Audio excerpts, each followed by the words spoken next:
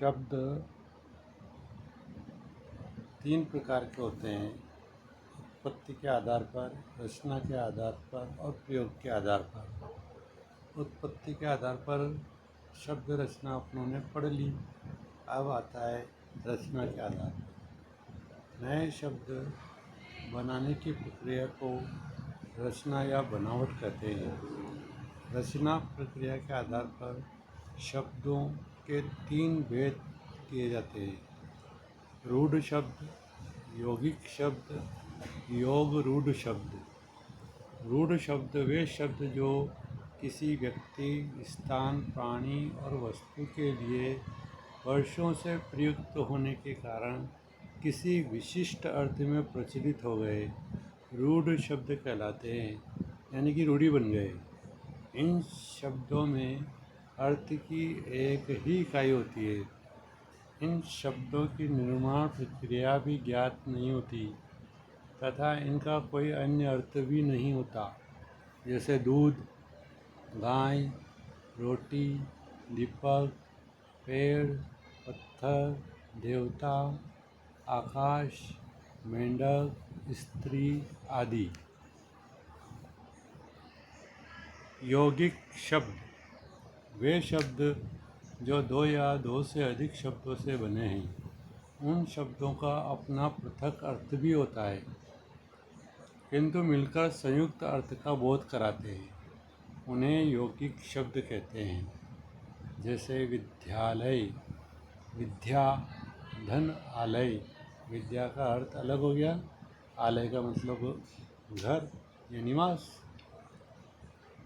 प्रेम सागर, प्रेम plus सागर। प्रतिदिन, प्रत्येक दिन, दूध वाला, दूध जो देने आता है वो दूध वाला। राष्ट्रपति, राष्ट्र का पति। महर्षि, महाधन ऋषि। ये सभी जो शब्द हैं यौगिक शब्द कहलाते हैं। अब आता है योग रूढ़ शब्द। वे यौगिक शब्द जिनका निर्माण पृथक अर्थ देने वाले शब्दों के योग से होता है, किंतु वे आपस में मिलकर किसी एक विशेष अर्थ का ही प्रतिपादित करने के लिए रूढ़ हो गए।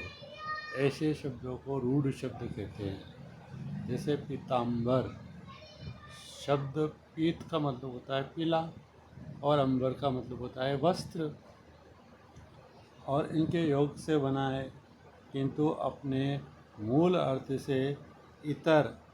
इस शब्द का अर्थ विष्णु रूढ़ हुआ, अर्थात पीले वस्त्र धारण करने वाले विष्णु। इसी प्रकार दशानन, 10 सिर है। आनंद, आनंद का मतलब होता है सिर, अर्थात रावण। गजानन, गज के समान आनंद यानी कि मुख है जिसका, अर्थात गणेश जी। जलज, जल में जो उत्पन्न होता है, अर्थात कमल। लंबोदर, लंबा है जिसका उदर, अर्थात गणपति जी। त्रिनेत्र, 3 है नेत्र जिसके, अर्थात शिव शंकर। चतुर्भुज, 4 भुजाएं जिनकी, अर्थात भगवान विष्णु। घनश्याम, घन श्याम, बादल है काले, अर्थात इंद्र। रजनीचर, रात्रि में चलने वाले, अर्थात राक्षस। मुरारी, मुरा नामक राक्षस के शत्रु, अर्थात विष्णु भगवान। चक्रधर, अर्थात विष्णु भगवान। षडानन, 6 आनंद यानी कि मुख्य जिनके, अर्थात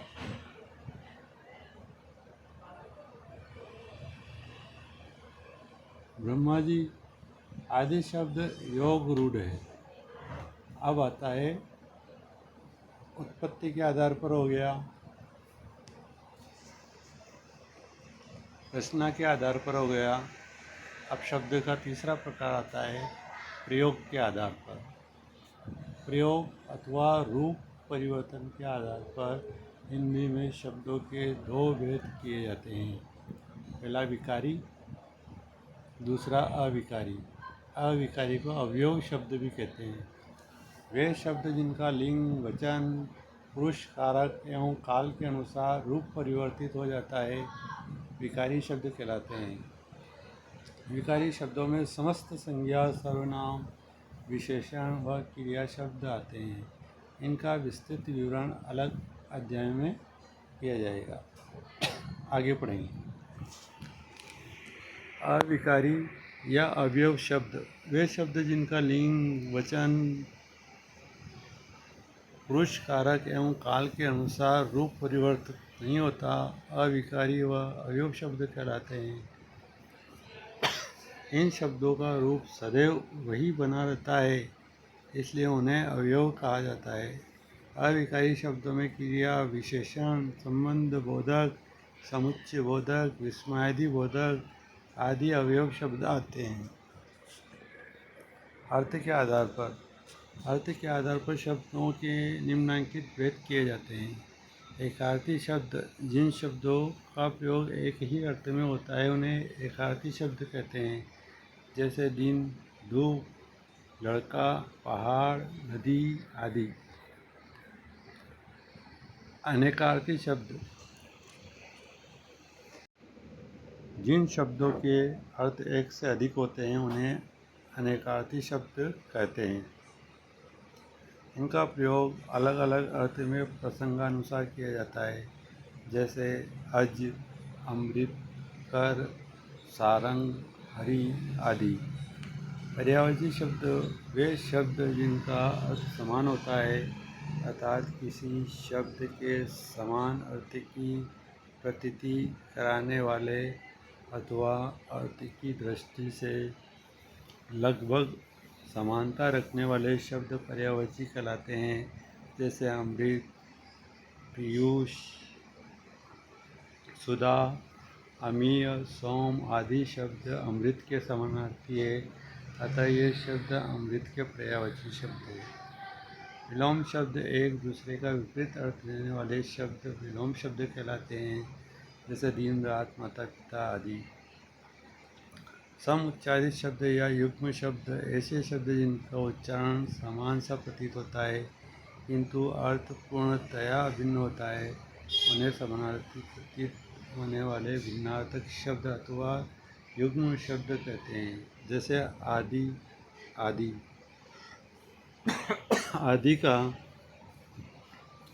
अर्थ प्रारंभ है, किंतु आदि का अर्थ आदत होता है अथवा लत होता है। इस प्रकार उच्चारण समान सा प्रतीत होते हुए भी अर्थ भिन्न है। शब्द समूह के लिए एक शब्द जब किसी वाक्य, वाक्यांश या समूह का तात्पर्य एक शब्द द्वारा अभिव्यक्त किया जाता है अथवा एक शब्द से उस वाक्यांश का अर्थ निहित हो, उस शब्द समूह के लिए एक शब्द कहते हैं। जैसे जहाँ जाना संभव न हो, अगम्य, जो अपनी बात से टले नहीं, अटल।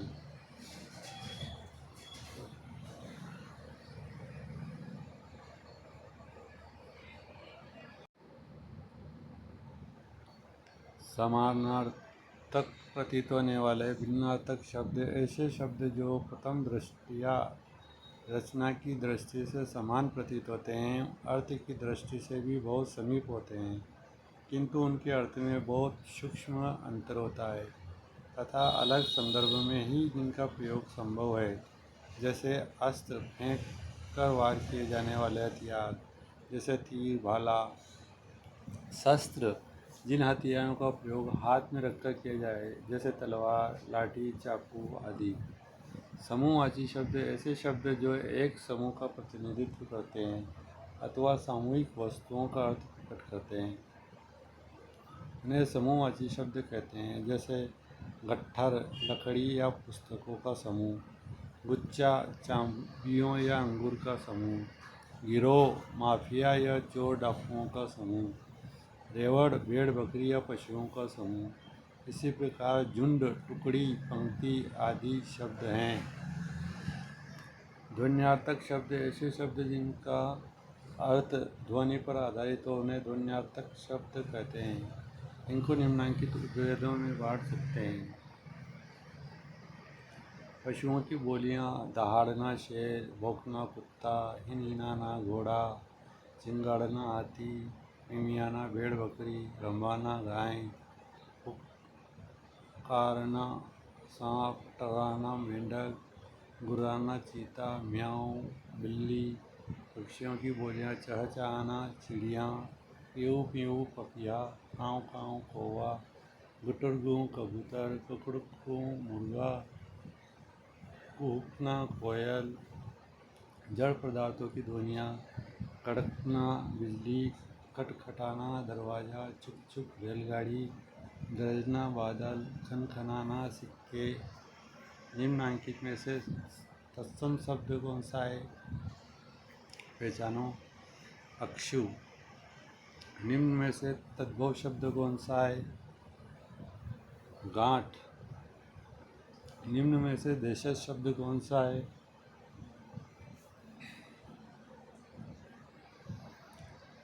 कांच। निम्न में से योग रूढ़ शब्द कौन सा है? दशानन। 10 हैं आनंद जिसके। तत्सम शब्द किसे कहते हैं? जो संस्कृत भाषा से ऐसे कैसे आए उन्हें तत्सम शब्द कहते हैं। तद्भव शब्द किसे, क्या तात्पर्य? ऐसे शब्द जो संस्कृत से नहीं आए हैं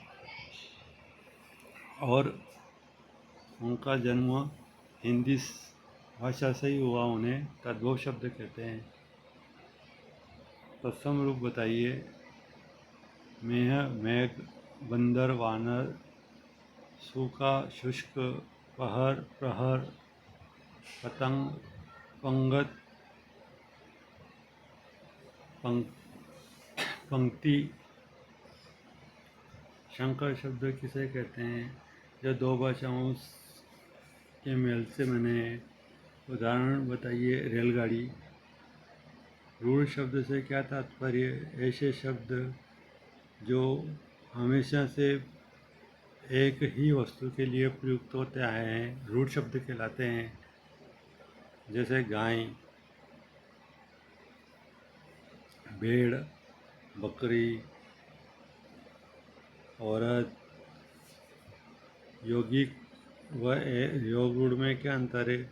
यौगिक दो शब्दों के योग से बना शब्द यौगिक कहलाता है और योग रूढ़ शब्द दो शब्दों के योग से बना शब्द लेकिन उसका अर्थ तीसरा होता है।